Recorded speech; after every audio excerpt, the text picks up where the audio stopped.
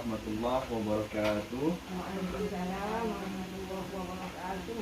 Alhamdulillah rabbil alamin, segala puji bagi Allah yang mana pada sore hari ini kita kembali dipertemukan oleh Allah dalam pertemuan kelompok kita ya. Kedua hari ini kita akan membahas mengenai perlindungan anak ya. Dalam hal ini pada sesi 11 kita bahasannya tentang pencegahan kekerasan dan perlakuan salah terhadap anak. Nah, ibu-ibu, apa kabarnya hari ini?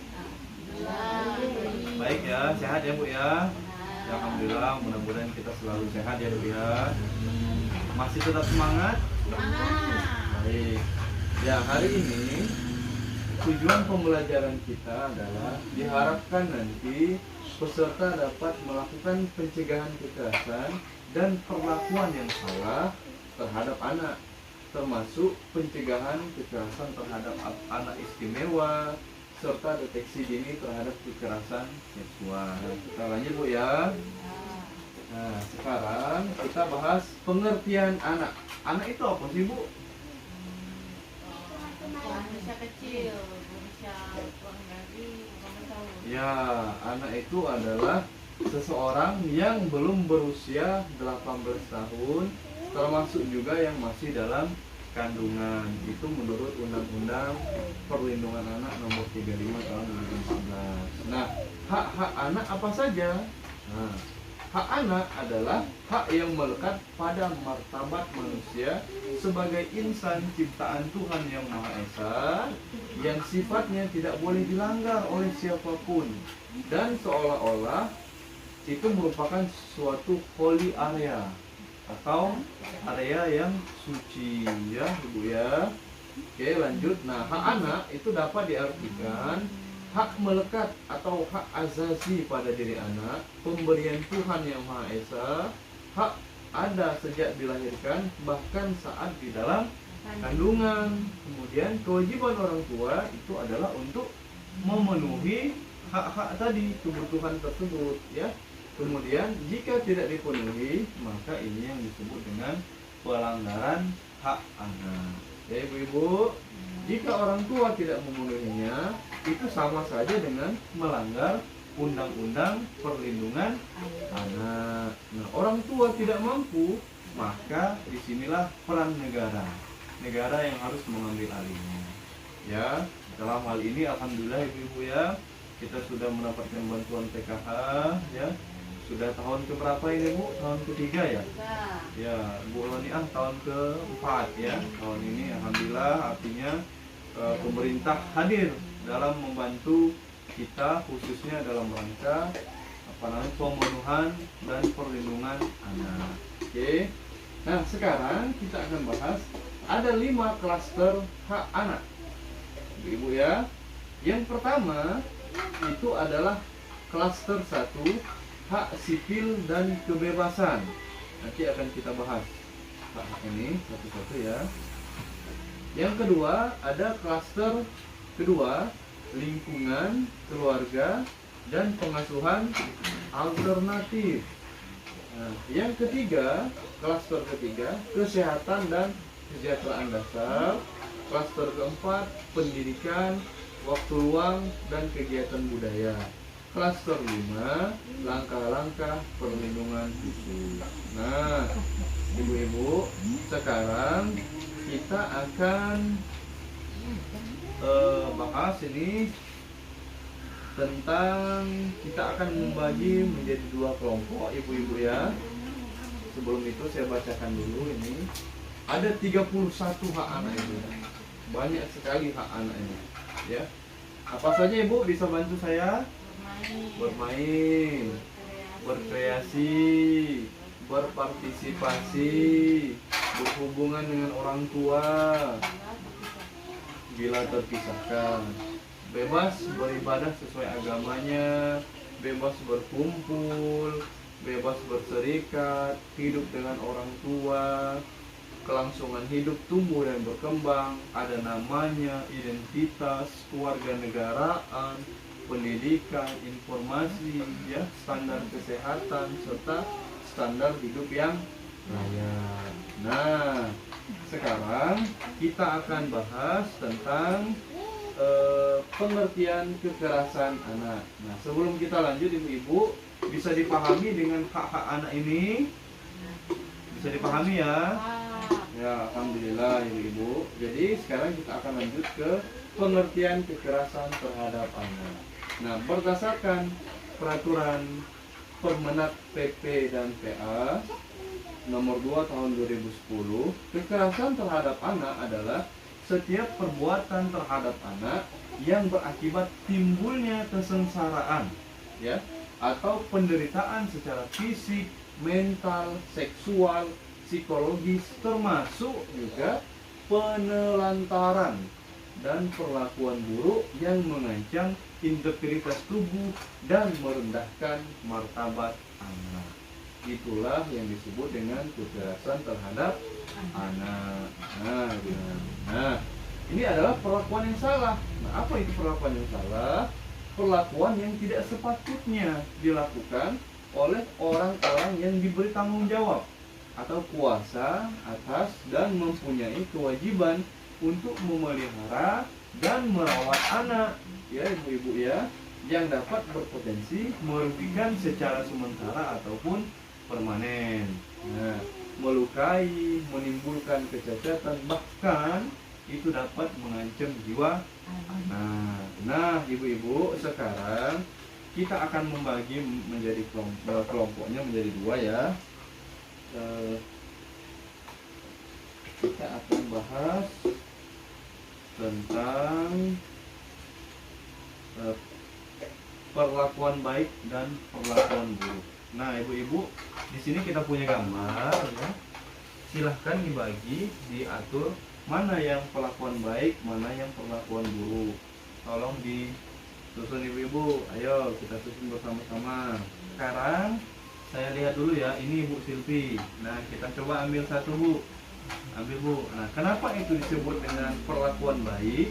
Karena membahagiakan anak juga termasuk dalam hak anak itu bermain dan berpartisipasi dengan orang tua. Ya, kalau yang ini, Bu. Jadi kemana aja ya? Ya, Kalau Ibu. yang ini perlakuan tidak baik karena anak ini berjualan orang sementara usianya Mengeksploitasi, Bu ya. harusnya usia belajar. Ini juga tidak mengajak anak untuk berpartisipasi, dia merasa anaknya hanya menyusahkan, padahal ini adalah hak anak.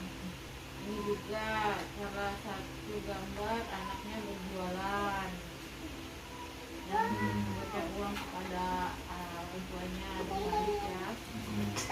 Ini juga termasuk kekerasan fisik karena orang tua menjewer. Ya, benar sekali. Ya, baik ibu-ibu. Sekarang kita akan bahas satu persatu ya. Pertama ini ya. Jadi kenapa ini disebut dengan perlakuan baik? Tadi benar sekali ya yang disampaikan oleh Ibu Silvi, bahwa memang ini disebut perbuatan yang baik karena ini adalah melakukan tindakan sesuai dengan tanggung jawabnya atau sesuai dengan kewajibannya. Seperti ini contoh, orang tua mengajak anaknya membaca buku, bercerita ya, sehingga ini azan ya, orang tua melakukan sesuai dengan kewajibannya ya. Kemudian yang kedua, orang tua mengajak anaknya bermain ya, sesuai dengan hak-hak anak yang kita bacakan tadi ya. Kemudian yang ini kenapa disebut dengan perlakuan buruk, yaitu tindakan yang merugikan anak ya. Contoh, anaknya diperlakukan secara kasar, dijewer ya. Ada lagi anaknya ini disuruh berjualan ya, eksploitasi terhadap anak.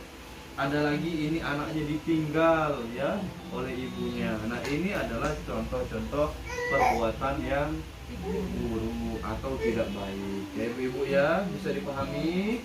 Nah, setelah kita tadi bahas mengenai pengertian jenis kekerasan dan perlakuan yang salah ya, mulai dari fisik, psikis, dan seksual. Nah, ini adalah contoh-contohnya. Kekerasan fisik apa saja, Bu? dicubit, tampar, ditampar, apa Bu?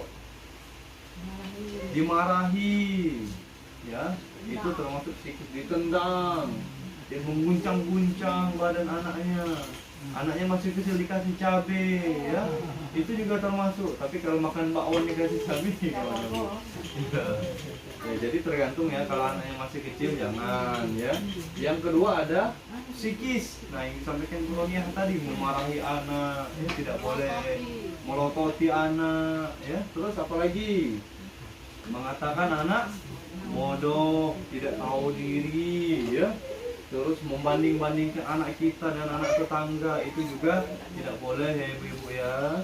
Kemudian membenci anak, ya, membuat sasaran kemarahan ke anaknya. Misalnya contoh, ibunya ribut dengan suaminya, tapi yang dimarahi anaknya. Ibunya ribut dengan tetangga, yang dimarahi anaknya. Ini tidak boleh ya ibu-ibu ya. Kemudian tidak menegur anak, nah merajuk, ya, tidak boleh ya, tidak menegur anaknya ibu ya. Nah kemudian contoh kekerasan seksual, contohnya apa Bu? Pantatnya dicolek, terus alat kelamin diraba-raba, terus payudara diremas, dipaksa, ya, diperkosa dan seterusnya. Semua itu adalah perilaku seksual yang tidak boleh dilakukan. Ini adalah contoh-contoh jenis kekerasan dan perlakuan yang salah, baik secara fisik, ya, tubuhnya, psikis maupun seksual. Ya ibu-ibu bisa dipahami? Nah, kalau kita tadi sudah bahas tentang jenis kekerasan, ya, dan perlakuan yang salah, sekarang kita akan bahas tentang pencegahan kekerasan terhadap anak. Nah, bagaimana cara mencegahnya? Nah, sebelum kita bahas tentang hal-hal dalam pencegahan kekerasan terhadap anak, ada sebuah cerita yang akan saya bacakan. Kita dengar bersama-sama ya Bu.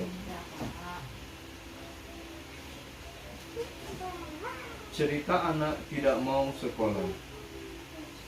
Kisah ini bercerita tentang seorang anak kelas 1 SD yang tidak mau berangkat sekolah. Dia bernama Nina.